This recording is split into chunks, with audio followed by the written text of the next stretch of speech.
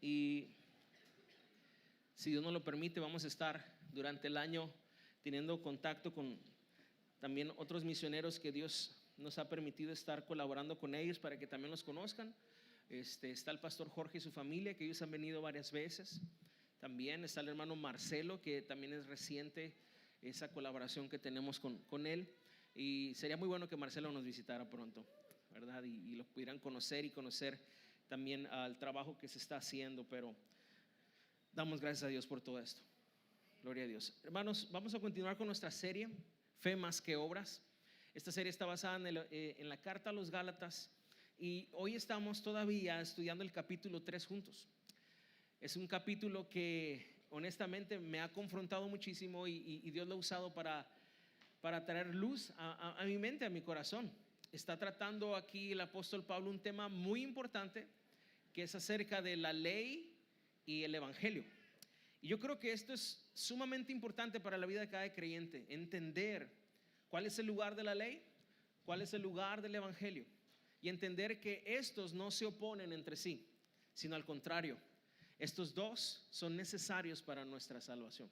Así que vamos a orar, vamos a ponernos en las manos del Señor y vamos a entrar a Gálatas capítulo 3. Hoy vamos a estudiar del versículo 15 al 29. Vamos a orar. Padre, te damos gracias por tu palabra, porque tu palabra nunca, Señor, vuelve vacía. Tu palabra tiene el poder de convertirnos, Señor, el poder, Señor, de transformarnos y también de purificarnos, Señor. Y estamos aquí dependiendo completamente de ti, Señor, de tu palabra, Señor. Que hoy, Señor, nuestros oídos sean abiertos, nuestro entendimiento sea abierto y podamos ver la belleza de Cristo, Señor, y responder en adoración y fe a tu palabra, Señor. Te damos muchas gracias porque tú lo haces. En el nombre de Jesús, amén y amén. Bien, como cada domingo empezamos con un breve resumen de lo que hemos estado viendo en esta serie. En esta serie que estamos abordando, la iglesia de los Gálatas, que más bien era una provincia, que había varias iglesias ahí a las que Pablo había ido en su primer viaje misionero. Estas iglesias se habían levantado creyendo en el evangelio de la gracia.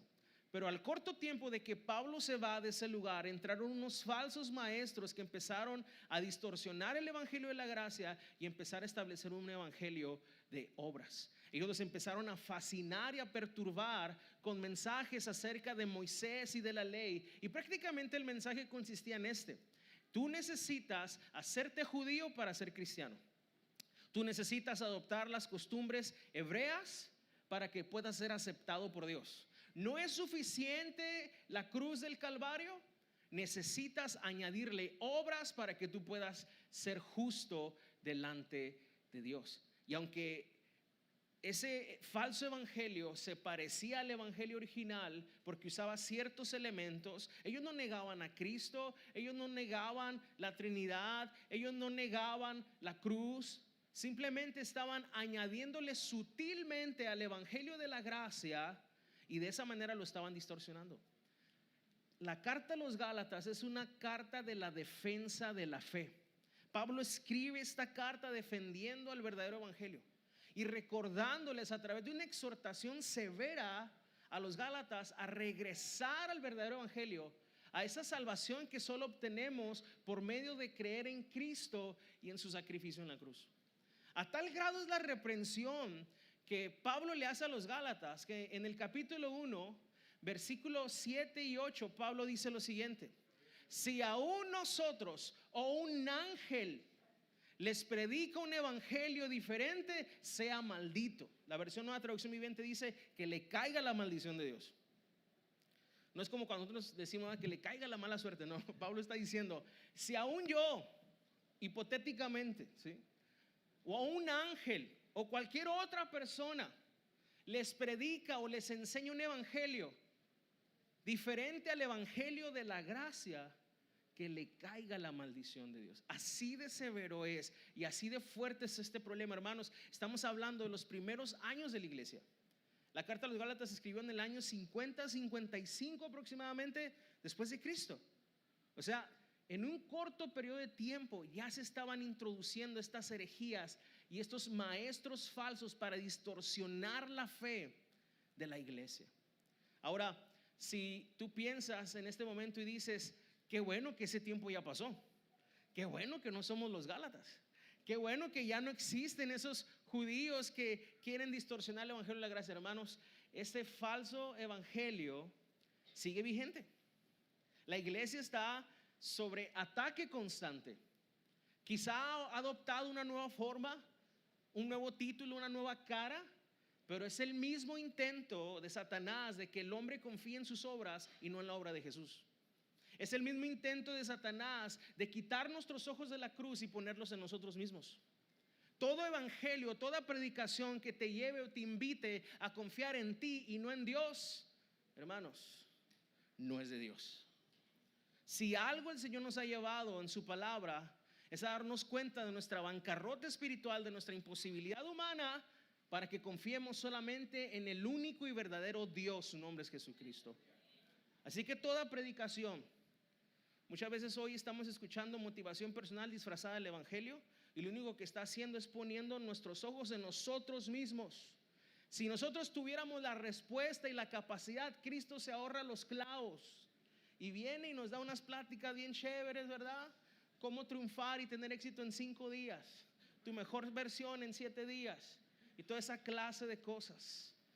Por eso el evangelio es necesario, porque el evangelio nos enseña que lo que nosotros no pudimos hacer en nuestras obras, hubo alguien que sí lo pudo hacer, porque Él es santo, es perfecto, pero también 100% humano y 100% Dios, y el único que cumple con esas características es Cristo Jesús.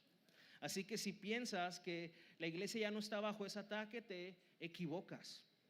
Actualmente, hoy, en el siglo XXI, en el 2024, está creciendo tremendamente un movimiento de raíces hebreas. Y lo que hacen estas personas, como no tienen un evangelio que predicar, lo que hacen, se introducen en las iglesias cristianas y persuaden a la gente con palabras hebreas. La Mishnah, la Torah, Yohochua y todo lo chua.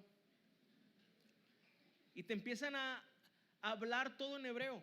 Y como nosotros ni el español hablamos bien porque somos medio pochos. You know what I mean.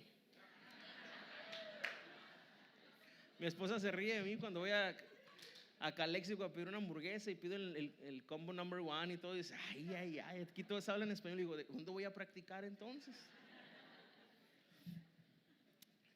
Como no hablamos bien ni el español aquí, hermanos, nos empiezan a hablar en hebreo y nos fascinamos. Y nos empiezan a decir que como la salvación es de los judíos, entonces hay que judaizar. Y que como Cristo no vino a quitar la ley, sino a sumarle a la ley y a cumplirla, entonces todavía estamos bajo la ley y tenemos que cumplir la ley. Y luego nos hablan de Moisés y nos hablan de todos esos rituales y esas ceremonias de Levítico y de las fiestas. Y la gente ahí anda fascinada y confundida, porque cuando no tienes claro el evangelio de la gracia, cualquier cosa que se parece con ciertas mezclas de idioma, nos lo vamos a comer y lo vamos a creer. Yo te quiero decir una cosa, hermanos. Esta batalla no ha terminado. El enemigo todavía anda queriendo dividir y destruir la iglesia desde adentro. Cuando iniciamos esta serie dijimos que el arma más letal que Satanás ha usado en contra de la iglesia no es algo externo, sino algo desde adentro. Cuando pervierte la doctrina, la enseñanza y la teología, lo hace desde adentro, con falsos maestros, falsos profetas, falsos pastores, falsos apóstoles, que van a distorsionar la verdad y van a engañar a la gente y harán mercadería de ellos. En este caso con los Gálatas, que harán que la gente se confunda y regrese a los rudimentos absurdos de la ley, queriendo con sus obras y sus esfuerzos humanos ganar lo que solo Jesús pudo ganar en la cruz del Calvario, hermanos. Así que considero que este mensaje, este verso que vamos a leer completo y estudiarlo es muy importante, porque aquí vamos a ver qué es lo que la ley no puede hacer. Pero al mismo tiempo vamos a ver por qué la ley es necesaria. Porque sin lugar a dudas Dios trajo la ley y se la dio a Moisés, ¿sí? Pero entonces, ¿cuál es el plan de Dios de traer la ley? Si la ley para nosotros como cristianos no es necesaria para nuestra salvación, entonces ¿por qué Dios quiso traer la ley? Y es lo que vamos a estar abordando y te lo platico para que vayamos de alguna manera meditando en eso, en lo que nos vamos introduciendo. Ve conmigo a Gálatas capítulo 3, versículo 15. Y aquí estamos dando una continuidad al domingo pasado, donde dijimos que mediante Cristo Jesús Dios bendijo a los gentiles con la misma bendición que le prometió a Abraham, a fin de que los creyentes pudiéramos recibir por medio de la fe al Espíritu Santo prometido. En eso nos quedamos al último del domingo pasado. Y hoy el versículo 15 dice esto: amados hermanos, el siguiente es un ejemplo de la vida diaria. Así como nadie puede anular ni modificar un acuerdo irrevocable, tampoco en este caso. ¿A cuál caso se está refiriendo? Bueno, al pacto que Dios hizo con Abraham. Dios hizo un pacto con Abraham antes de la ley. Y Pablo está diciendo claramente que así como en la vida cotidiana un pacto no se rompe, aun cuando es entre dos hombres, ¿cuánto más un pacto que Dios ha hecho con el hombre? Ahora, ¿por qué Pablo usa estas palabras? ¿Por qué Pablo usa estos argumentos? Bueno, ¿has escuchado lo que 2 de Corintios capítulo 10 dice? Llevando todo argumento cautivo a la obediencia a Cristo. Dice, derribando todo argumento que se levanta en contra del conocimiento de Cristo y llevándolo cautivo. Muchas veces usamos ese texto como de una manera totalmente fuera de lo que significa o del contexto. Nos da una gripa y derribo ese argumento, ¿verdad? Se va ahora. Pero eso no tiene nada que ver con el derribar un argumento. Derribar un argumento es justamente lo que Pablo está haciendo aquí. En un término legal, cuando hay un argumento, la única manera de tumbarlo es poner un argumento superior o más fuerte. Y lo que Pablo está diciendo aquí: ok, tú quieres hablar de Moisés, pues yo te voy a hablar de Abraham, ¿no? Si tú eres muy hebreo y muy judío y quieres hablar de la ley, te voy a hablar del padre de los hebreos. Voy a usar al padre de los israelitas para que te des cuenta que la promesa fue antes que la ley. Y que la manera en la que Dios hace justo a un hombre siempre ha sido a través de la promesa de Cristo y no por medio de tu desempeño, de tu obediencia o de tu perfección a la ley. Y para hablar de eso voy a usar el argumento más antiguo y más grande, que es la vida de Abraham. Entonces, Pablo quiere que los hermanos de Gálatas se den cuenta que la promesa que Dios le hizo a Abraham es irrevocable. Verso 16: Dios ha dado las promesas a Abraham y a su hijo. Y noten que en la escritura no dice a sus hijos como si significaran muchos descendientes, más bien dice a su hijo. Y eso sin duda se refiere a Cristo. Pablo quiere que ellos se den cuenta que cuando la Biblia habla acerca de la promesa que Dios le hizo a Abraham, que ahorita la vamos a ver en Génesis 15, no habla en plural a tus descendientes o a tus hijos. Está diciendo a tu hijo. Porque lo que Dios realmente le está prometiendo a Abraham, y esto es importante, es que de su descendencia, o sea, de él vendría el Mesías. De la descendencia de Abraham nacería años después, siglos después, el Cristo, el enviado de Dios. Y a través de esa descendencia o de ese descendiente, especialmente Cristo, todas las familias de la tierra serían bendecidas en Cristo. Esa es la promesa que Dios le hace a Abraham. Dios no le está diciendo a Abraham: si tú me obedeces, Abraham, si tú haces lo que yo te digo, Abraham, mira, si tú caminas de esta manera. Dios está haciendo un pacto unilateral con Abraham. Verso 17, lo que trata de decir es lo siguiente: el acuerdo que Dios hizo con Abraham no podía anularse 430 años más tarde, cuando Dios le dio la ley a Moisés, porque Dios estaría rompiendo su promesa. ¿Cuántos saben que Dios siempre cumple lo que promete? Hermanos, la lógica de estos falsos maestros era la siguiente: ok, te la damos por buena, ¿sí? Dios le hizo una promesa a Abraham, pero después de 430 años, Dios visitó a Moisés en el monte Sinaí y le dio las tablas de los mandamientos. Y ahí está, ¿sí o no? ¿Están las tablas de los mandamientos? Sí. Entonces algo debió haber cambiado. Ya no solamente basta la promesa, ahora hay que añadirle los 10 mandamientos para que Dios pueda encontrarte justo, para que Dios pueda justificarte. Y eso es lo que estaban haciendo esos falsos maestros y confundiendo a los gálatas.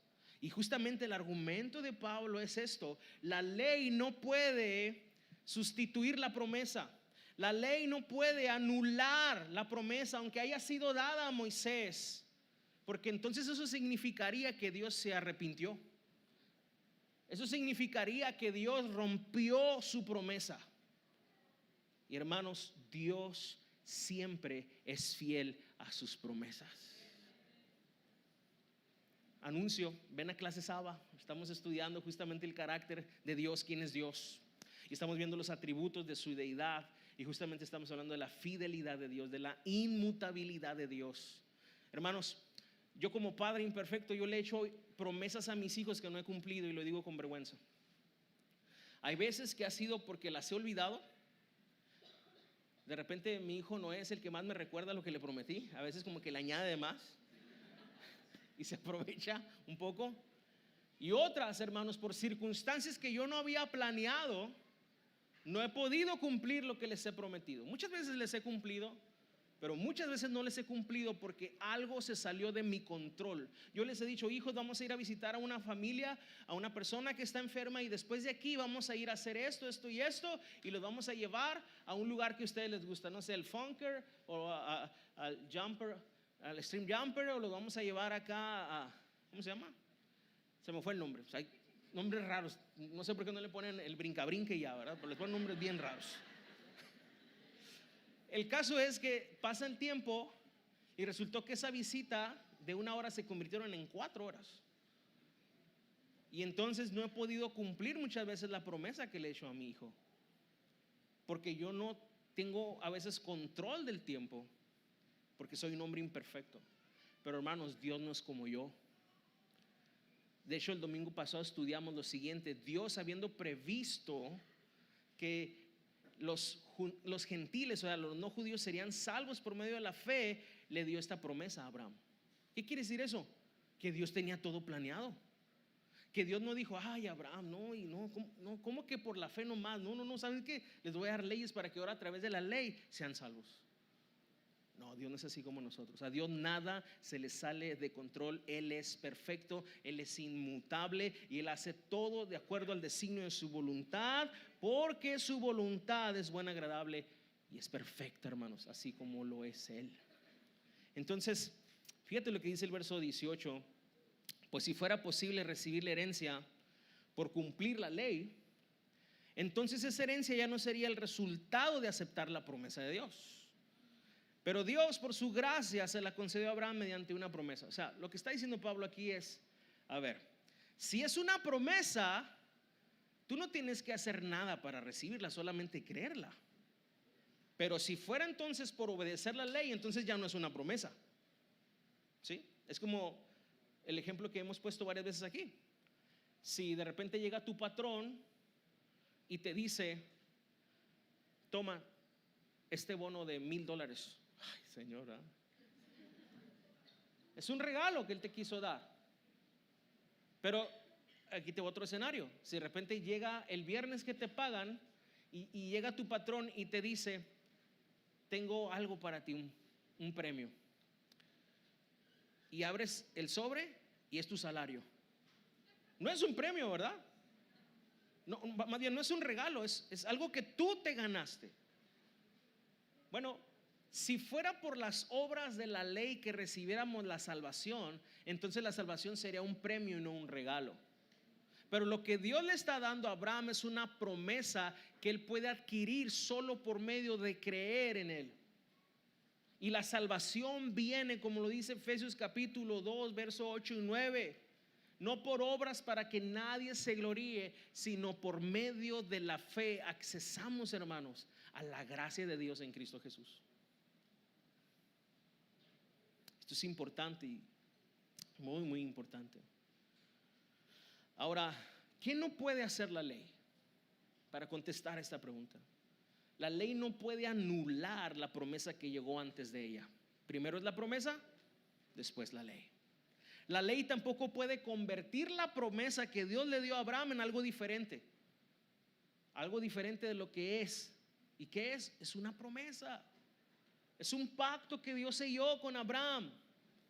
Si la ley, hermanos, entonces llega como un medio para salvarnos, entonces ya no necesitamos un salvador. Si la ley pudiera salvarnos, Cristo sería innecesario. Pero todos nosotros sabemos acá que Cristo era y es y seguirá siendo necesario para que los pecadores reciban salvación. Hay un solo camino ante Dios y para Dios, y es Jesucristo, hombre. Hay un solo mediador entre Dios y los hombres, y este es Jesucristo, hombre, o sea, Dios hecho carne. Él es el único medio para ser salvos. Ve conmigo a Génesis capítulo 15. Vamos a ver entonces si el pacto que Dios hizo con Abraham. Quiero señalar algo importante aquí. Génesis capítulo 15, primer libro de la Biblia, de las primeras historias. Fíjate lo que dice el verso 6. Dios le acaba de decir a Abraham: Abraham, si puedes contar las estrellas del cielo, así será tu descendencia. Así de grande será tu descendencia. Verso 6, leemos: y Abraham creyó al Señor y el Señor lo consideró justo debido a ¿qué? Su obediencia, a sus obras, a su perfección moral. Lo consideró justo debido a su ¿qué? A su fe. Acuérdate que cuando hablamos de justo o justicia es rectitud, sin culpa, sin pecado. Vemos desde las primeras historias de la Biblia que el plan de Dios siempre fue hacer justo a un hombre pecador solo por medio de la fe y no por las obras. Y eso es lo que Pablo está llegando a la médula del judaísmo. Ahora, verso 7, entonces el Señor le dijo: yo soy el Señor que te sacó de Ur de los Caldeos para darte esta tierra como posesión. Me encanta lo que vamos a leer en el verso 8, me llena de esperanza, porque este Abraham que acaba de decir la Biblia que le creyó a Dios y que se le conoce como el padre de la fe, no tenía una fe perfecta, hermanos, como tú y como yo. Pero Abraham respondió: oh Señor soberano, ¿cómo puedo estar seguro de que realmente voy a poseerla? O sea, Dios te lo está diciendo, mano. O sea, no es razón suficiente para creerlo, no es razón suficiente para decir estoy seguro. Bueno, hermanos, la fe de Abraham no fue perfecta, como la tuya y como la mía tampoco es perfecta. Pero Dios tiene paciencia con él, y en el verso 9 dice: y el Señor le dijo: tráeme una novilla de 3 años, una cabra de 3 años, un carnero de 3 años, una tórtola y un pichón de paloma. Ay, se me antojó una gorniz de la comida china. Entonces Abraham le presentó todos estos animales y los mató. Luego partió cada animal por la mitad y puso las mitades una al lado de otra. Sin embargo, no partió a las aves por la mitad. Quizá te parezca extraño escuchar esto, porque estamos hablando obviamente de algo que está antes de la ley, y estamos hablando totalmente de una historia muy antigua que apunta a los sacrificios de animales, y era la manera en la que Dios tenía comunión con las personas en este momento. Y obviamente esto que Abraham hace de presentar estos animales en ofrenda a Dios era algo que Dios le estaba pidiendo, ¿sí? Ahora, ¿por qué partirlos a la mitad? Bueno, en este punto de la historia de Abraham, el partir los animales a la mitad era la forma en la que dos personas hacían una promesa, un pacto. Y la onda era que una vez que los animales estaban a la mitad, las personas que estaban involucradas en el pacto pasaban por en medio de los animales, haciendo y afirmando que las promesas que se estaban haciendo las iban a cumplir, y que así como esos animales habían sido partidos a la mitad, así les pasara a ellos si no cumplían lo que estaban prometiéndose el uno al otro. Esto es interesante. Verso 12: al ponerse el sol, Abraham se durmió profundamente y descendió sobre él una oscuridad aterradora. Se quedó dormido Abraham, no supo qué pasó. Ve conmigo al verso 17. Después de que el sol se puso y cayó la oscuridad, Abraham vio un horno humeante y una antorcha ardiente que pasaban entre las mitades de los animales muertos. Está tétrico, ¿no? O sea, ya está todo oscuro y tú ves una antorcha pasando entre los animales. Entonces el Señor hizo un pacto. Escucha esto. El Señor hizo un pacto con Abraham aquel día y dijo: yo he entregado esta tierra a tus descendientes desde la frontera de Egipto hasta el gran río Éufrates. Hermanos, el pacto que Dios hizo con Abraham no tenía nada que ver con Abraham. Todo se trataba de Dios. Abraham nunca pasó por en medio de los animales, solo Dios pasó. Esa antorcha simbolizaba en ese momento la parte de Dios pasando entre medio de los animales, Dios comprometiéndose con Abraham: voy a cumplir mi promesa, voy a cumplir mi pacto. No se trata de tu persona, Abraham, no se trata de tu fidelidad, Abraham, no se trata de tu manera, de tus obras, de lo que tú puedes darme. Se trata de mi fidelidad. Y así Dios hizo un pacto con Abraham, hermanos. Y sabes una cosa, el nuevo pacto en el que tú y yo estamos parados, el pacto que Cristo selló con su sangre, es el mismo pacto que vemos en el Antiguo Testamento, donde Dios se compromete con las siguientes palabras: yo seré su Dios y ellos serán mis pueblos. Yo les quitaré el corazón de piedra y les daré uno de carne. Yo pondré espíritu nuevo dentro de ellos y derramaré mi espíritu sobre ellos. Dios comprometiéndose con nosotros. Nosotros no ponemos parte en la ecuación más que nuestros pecados, hermanos. Y si no te sirve, te regresamos tus pecados para que de vuelta. Es Dios comprometiéndose, hermanos. En esta relación que tenemos bajo este pacto de la gracia, Él es el fiel y nosotros los infieles. Él es el fuerte y nosotros los débiles. Él es el poderoso, hermanos, y nosotros los frágiles. Él es el que nos sostiene con la diestra de su justicia, hermanos. Si Él no fuera fiel a ese pacto, nosotros ya no estaríamos aquí. Esa es la realidad.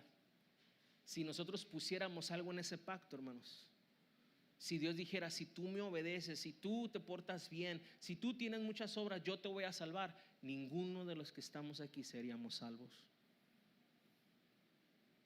Esa es la realidad. ¿O habrá alguien aquí que puede sostener su salvación con su obediencia? Pase para orar por esa persona. Que Dios le dé humildad en su corazón. Que la realidad es que nadie podemos sostener nuestra salvación con nuestras obras. Pero gracias a Dios que Pablo no nos deja aquí. Pablo nos empieza a instruir. Entonces, ¿para qué vino la ley? Porque entonces no tendría sentido. Si Dios desde el principio no nos iba a salvar con la ley, sino a través de la promesa que es Cristo, entonces ¿para qué viene la ley? Y por cierto, tan difícil de entender para nosotros, con tantas cosas que vienen en ella, o con tantos problemas que ha causado a través de no entenderla. Entonces, ¿para qué Dios la trajo? Bueno, la palabra es lámpara a nuestros pies y lumbrera a nuestro camino, ¿verdad? Y aquí entonces Dios a través de Pablo nos instruye nuevamente. Ve conmigo otra vez a Gálatas.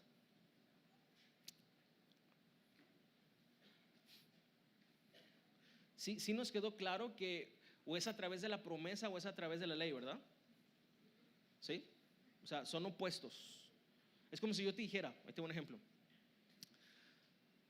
Mi tío Juancho, ¿verdad?, te quiere conocer y quiere donarte $10 millones. Él ya va a morir y solamente te quiere conocer. Y tú te me quedas viendo, te ríes porque no me crees y te vas.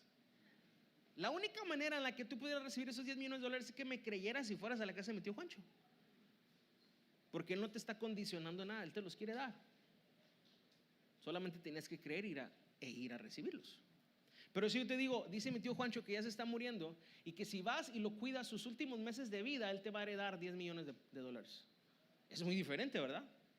En una solo tenías que creer y en otra tienes que cumplir algunas condiciones para obtenerlo.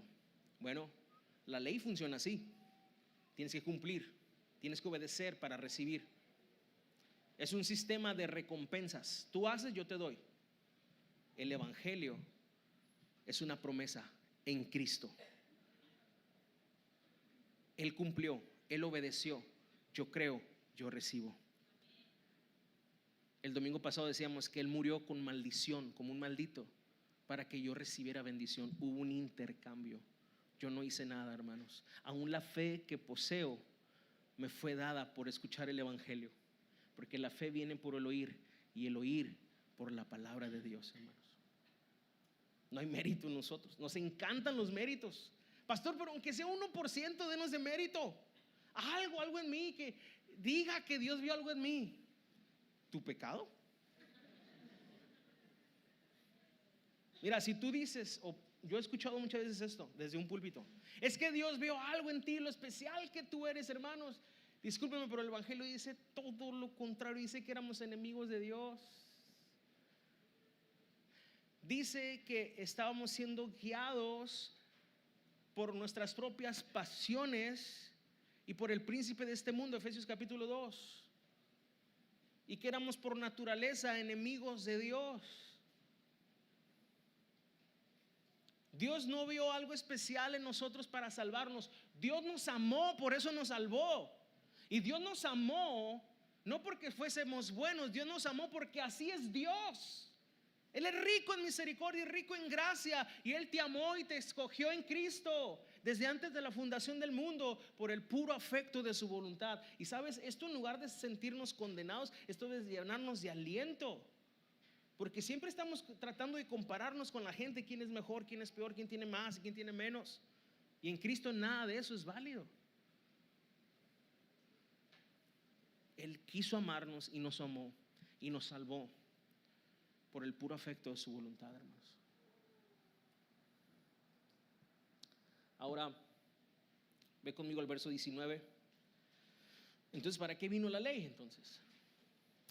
¿Para qué se entregó la ley? Dice Pablo. Fue añadida, esta palabra es muy importante, fue añadida a la promesa para mostrarle a la gente sus pecados. Fíjate, la ley y el evangelio no chocan, no son opuestas. La ley se le agregó a la promesa para poderle mostrar a los hombres la verdadera condición de su corazón. Yo no puedo saber qué tan pecador soy si no conozco la ley. Nadie puede llegar verdaderamente al evangelio sin la ley. Nadie puede apreciar la gracia sin conocer su pecado, y no es posible conocer nuestro pecado si la ley no nos es predicada. Hermanos, no cometamos el error de quitar la ley a la hora que evangelizamos. Cuando evangelizamos no llegamos con la gente y Dios tiene un plan perfecto y maravilloso para ti. Es más, si lo aceptas, si le das una oportunidad a Diosito, te va a ir mejor. Hermano, ese es un evangelio torcido, un evangelio con miedo hacia la gente, porque a la gente no le gusta escuchar de su pecado. ¿Sabes por qué a los predicadores de antes los apedreaban y los mataban? Porque hablaban la verdad. Porque la verdad del evangelio es lo que salva. Si el hombre no es capaz de ver su verdadera condición, ¿cómo va a necesitar un salvador? ¿Cómo va a clamar por la salvación si él no se ve perdido? Si él no se ve en la verdadera condición en la que está, ¿cómo va a pedirle a Dios que lo salve? Si seguimos creyendo que somos buenos o no tan malos, jamás el mensaje de la gracia nos transformará. Quítale al evangelio la parte de la ley y no tienes el evangelio completo. Tendrás un montón de gente que viene a Dios por las recompensas o por lo que sienten que Dios les debe, y no como agradecimiento por haber perdonado sus pecados. No como un corazón lleno de adoración a Dios por haberlos salvados de la condenación eterna. Yo sé que esto que estoy predicando no es lo más popular, es la parte oscura, si lo quieres ver así. De repente es la parte donde cuando evangelizamos la pasamos rápido, porque es como que, y repite tus pecados y dile al Señor, pero Él te ama y tiene un plan maravilloso para tu vida. Algunas ocasiones he contado esto. Un hombre muy bien intencionado, quiero creerlo, y claro que sí, estaba en un semáforo cerca de mi casa y yo miraba que se acercaba a la ventana de los carros y decía: repite esta oración conmigo, Padre, ya eres salvo, bro. Y se iba con otro carro, ¿no? Entonces, cuando llega conmigo, yo hice la oración también, le hice el paro, órale, la hacemos, no hay problema. Pero me fui pensando, manejando, que muchas veces no hemos entendido de qué se trata esto. Yo no puedo arrepentirme de algo que no sé. Si tú me dices que yo me arrepiento de mis pecados, yo digo, ay, cállate, hipócrita, tú también eres un pecador. Hasta tu pastor peca también, ¿para qué se hace? Si no, eso es lo que dice la gente. Es más, los cristianos son los más, pon el adjetivo que tú quieras. ¿Tú has escuchado eso? ¿O antes lo decías? ¿Por qué? Porque el tema del pecado, el tema de la ley es uno de los más difíciles de entender y a veces explicar. Esto que estamos hablando justamente aquí, cómo se une la ley y el evangelio, hermanos, es lo que ha llevado a muchos a regresar a los rudimentos de la ley y a poner su esperanza en su comportamiento y no en Cristo. Y a otros los ha llevado a malentender esto e irse al libertinaje. Decir, la ley le damos una patada, ya no existe para nada, yo hago lo que yo quiera, acabo que Cristo hizo todo por mí. Ambas cosas están mal. La verdad es el evangelio. No es ni el judaísmo legalista ni el libertinaje, es el evangelio. Y para llegar a él necesitamos conocer la condición en la que estamos sin Cristo. ¿Cuántos dicen amén? Así que la ley tiene el propósito de mostrarnos que estamos completamente bajo el poder del pecado y necesitamos urgentemente un Salvador, un rescate. La ley tiene el poder de mostrarnos que no somos justos, pero no tiene el poder de hacernos justos. Ese es el problema con la ley. Nos muestra, nos da la información: estás perdido, la paga del pecado es muerte, estás bajo la ira de Dios. Me da la información, pero no me da el poder para salir de mi problema. La ley hace su obra al guiarnos a reconocer nuestra necesidad de salvación. La ley entonces no es opuesta al evangelio, hermanos. No es opuesta a la gracia. Más bien lo apoya el evangelio, mostrándonos nuestra necesidad que tenemos de la gracia. Porque es hasta que yo me veo perdido que yo digo, necesito, y volteo al cielo, necesito tu ayuda. Sin ti estoy perdido, tu ley me condenó, pero tu Hijo me da salvación. Es el rescate que la humanidad necesita. Vamos a ir avanzando un poquito más. Versículo 23. Dice Pablo: antes de que se nos abriera el camino de la fe en Cristo, estábamos vigilados por la ley. Nos mantuvo en custodia protectora, por así decirlo, hasta que fuera revelado el camino de la fe. Aquí Pablo va a hablar de dos metáforas. Va a hablar de la metáfora del guardia que nos tiene custodiados, y va a hablar de la metáfora del mentor. Ambas son necesarias.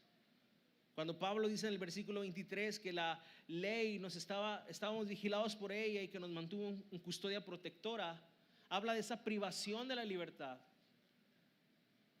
Porque la ley no tenía toda la información, nos conducía a Cristo, pero en realidad no nos daba el poder, como dije hace un momento, para ser librados de la condenación eterna. Pero por otro lado, en el versículo 24 dice: dicho de otra manera, la ley fue nuestra tutora hasta que vino Cristo. Nos protegió hasta que se nos declara justos ante Dios por medio de la fe. Si tú tienes la versión Reina Valera 60, dice que la ley fue nuestro ayo. Y es justamente lo mismo. Un ayo era un tutor. En aquel tiempo generalmente era un esclavo que trabajaba con los hijos de su amo. Y este esclavo los guiaba, los educaba hasta que el momento que ellos tuvieran cierta madurez ya no era necesario la intervención de ese tutor.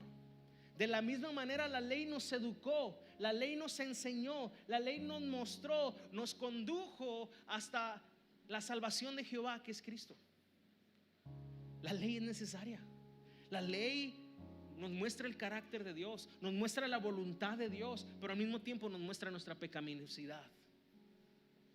La ley habló de Cristo en cada una de las ceremonias, de las fiestas, de los rituales, de los utensilios del templo, del tabernáculo, en los machos cabríos, en la sangre. Todo apuntaba al Redentor de la humanidad. Todo apuntaba a la verdadera salvación. Todo fue sombra y figura. Todo fue el plan de Dios de instruirnos, de prepararnos hasta que Cristo viniera, se hiciera un hombre y ocupara nuestro lugar en la cruz. Para eso vino la ley. Versículo 25: y ahora que ha llegado el camino de la fe, ya no necesitamos que la ley sea nuestra tutora. Ojo con eso. Pablo está hablando en un sentido de salvación. Pablo no está diciendo que la ley ya no sea necesaria. Hermanos, aún hay muchas personas que no tienen a Cristo. ¿Y sabes cómo ellos pueden conocer acerca de su pecado? Por medio de la ley. Van a ser salvos a través del evangelio, pero como dije hace un momento, necesitan escuchar la ley de Dios. Ahorita al final vamos a ver cuál es el lugar entonces de la ley para nosotros que ya estamos en Cristo. Nosotros no desechamos la ley.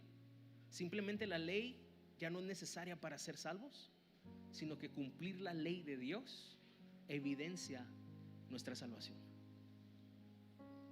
Dice el versículo 26. Y aquí entramos en el versículo 26, algo muy importante, al punto culminante del evangelio. Dice el versículo 26: pues todos ustedes son hijos de Dios. ¿Cómo? Por la fe en Cristo Jesús. Hay una frase de un teólogo que me encanta, Sinclair Ferguson, y dice: la noción de que somos hijos de Dios, sus propios hijos e hijas, es la causa principal de la vida cristiana. Nuestra afiliación a Dios es la cúspide de la creación y la meta de la redención. Pablo en este versículo 26 acentúa el punto culminante del evangelio, que somos ahora hechos hijos de Dios solo por la fe en Cristo Jesús. Hermanos, si queremos entender por qué ser cristiano es un privilegio, tenemos que apreciar la adopción divina. ¿Tú sabías que ser cristiano es un gran privilegio? Ahora somos llamados los hijos de Dios. Ahora tú puedes entender lo que Juan escribió en el capítulo 3 de su primera carta, cuando él dijo: qué gran amor nos ha dado el Padre, en que seamos llamados los hijos de Dios. Eres un hijo con derechos, con promesas, con herencia, hermanos. Es un gran privilegio que Dios nos ha dado. Ya vamos terminando, versículo 26: y todos los que fueron unidos a Cristo en el bautismo se han puesto a Cristo como si se pusieran ropa nueva. Hay una alegoría, una figura del evangelio en la historia de Jacob y Esaú que he usado varias veces, pero creo que es un momento muy bueno para que la escuches, los que no la han escuchado. Cuando Jacob ya es un anciano y no puede ver, cuando Isaac es un anciano y no puede ver, la madre de Jacob, esposa de él, le dice: tu papá ya está ciego y ya está por dar la bendición de la primogenitura. Entonces Jacob le dice: mamá, pero yo soy lampiño y mi hermano es peludo. Yo no soy el mayor, el hermano mayor es Esaú. Y la Biblia dice que era pelirrojo y bien peludo y olía a hombre cazador. Así como cuando en agosto andamos trabajando y llega a casa así, como moneda egipcia, algo así. Y Jacob era un joven que se dedicaba más a la cocina, era buen cocinero. Y su mamá le dice: no te preocupes, yo voy a tomar pelo de las cabras y te lo voy a pegar en los brazos. Te voy a poner la vestidura de tu hermano mayor, una ropa que no es tuya, te voy a disfrazar con la ropa de tu hermano. Y tú así éntrale a la presencia de tu padre. Tú así ve por la bendición de tu padre. Y Jacob le hizo caso a su mamá. Iba disfrazado, iba con otra identidad, iba con otra ropa. Y cuando se presenta con su padre le dice: ¿quién eres? Soy Esaú, le dice Jacob. No, tu voz es como la de Jacob, pero ven, te voy a tocar. Y cuando el papá lo toca, le dice: si tiene los brazos velludos. Y cuando el papá lo huele, si hueles a mi hijo Esaú. entonces le pone la mano. Bendito serás tú en la ciudad, en el campo, todos tus hijos, toda tu descendencia será bendita, y lo bendice, aunque él no merecía la bendición, no le tocaba la bendición. La única razón por la que fue bendecido es porque traía una ropa que no era suya, un olor que no era suyo. Y así todos los que hemos sido unidos en el bautismo nos hemos puesto la ropa del hermano mayor, y es por eso que el Padre nos bendice, no por nosotros, sino por nuestro hermano mayor, que es Cristo Jesús. Es la única razón por la que somos bendecidos, la única razón por la que tenemos acceso, la única razón por la que podemos orar en el nombre del Hijo y recibir la bendición del Padre. Es porque la ropa que traigo puesta no es mía, me ha sido dada. Y Pablo aquí dice: se han puesto a Cristo como si se pusieran ropa nueva. Tú tienes una nueva identidad en Cristo, una nueva unión con Dios inseparable por lo que traes puesto, hermano. Estás vestido de Cristo y estás unido a Cristo para siempre. Versículo 28, nos faltan 2 más, es todo. Pablo dice: ya no hay judío ni gentil, esclavo ni libre, hombre ni mujer, porque todos ustedes son uno en Cristo Jesús. Pablo está deshaciendo los argumentos de estos hombres falsos que querían poner oposición para que no hubiera unidad en el cuerpo de Cristo. Todos esos argumentos que el mundo quiere introducir a la iglesia para que no seamos uno en Cristo. Pablo deshace el argumento de identidad, de castas, de nacionalidades. Él dice: ya no hay judío, ya no hay griego o gentil.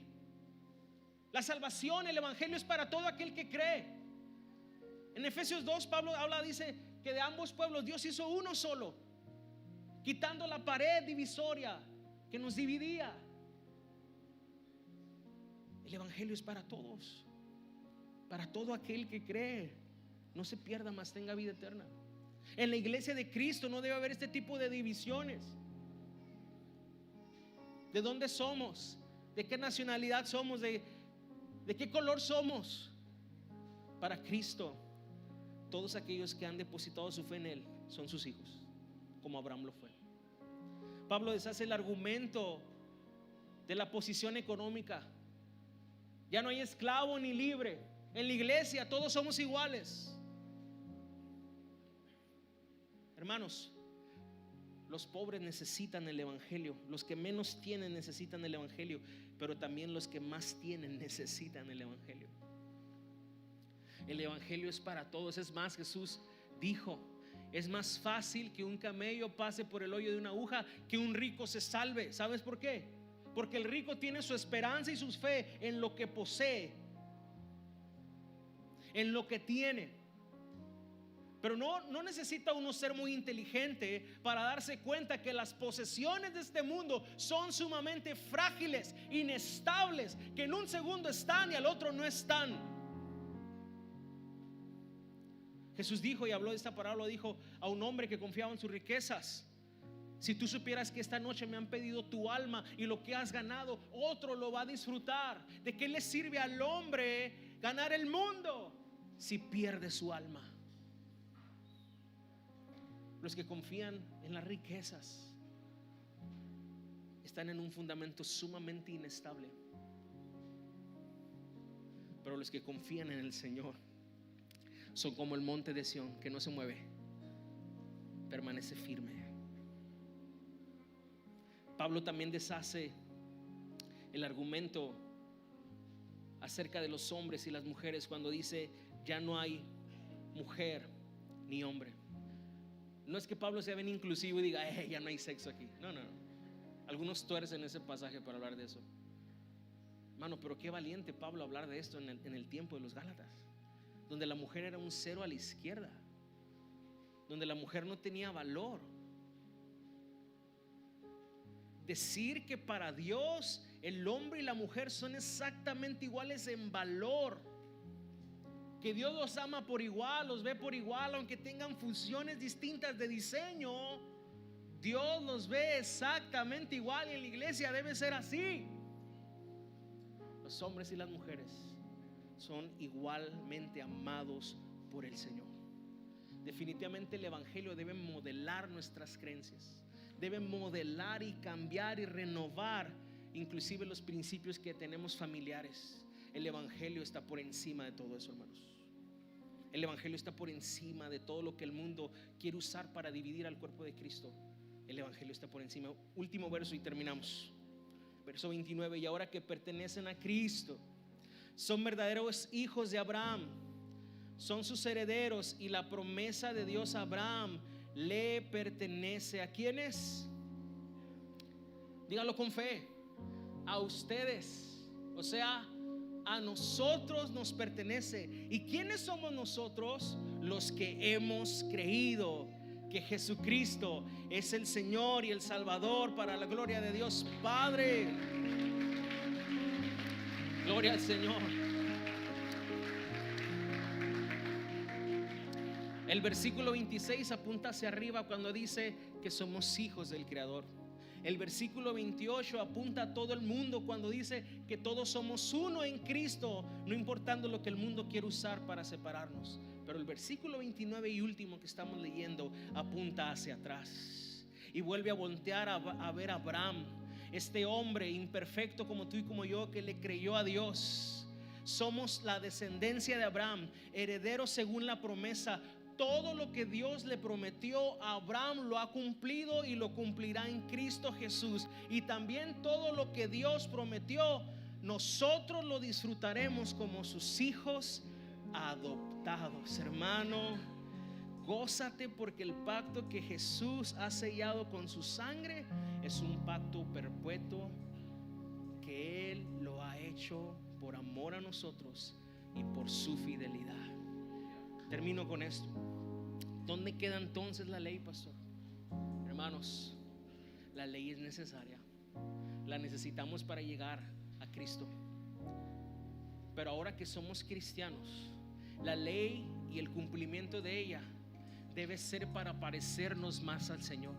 Algo que hemos recibido los que hemos sido justificados por la fe es al Espíritu Santo de Dios dentro de nosotros. Y ese Espíritu Santo produce un deseo en cada creyente de parecerse más y más a su Señor, de querer ser más agradable a su Señor en adoración. ¿Y sabes cómo hace un cristiano eso? Como David lo dijo: el hacer tu voluntad, Dios mío, me ha agradado. Tu ley es mi delicia. Ahora cumplimos la ley no para ser salvos, sino porque somos salvos y vivimos para agradar y glorificar al Señor que nos ha salvado. Gloria a su nombre para siempre.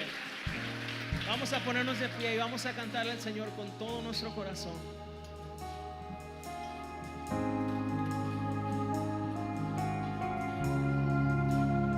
Iglesia, vamos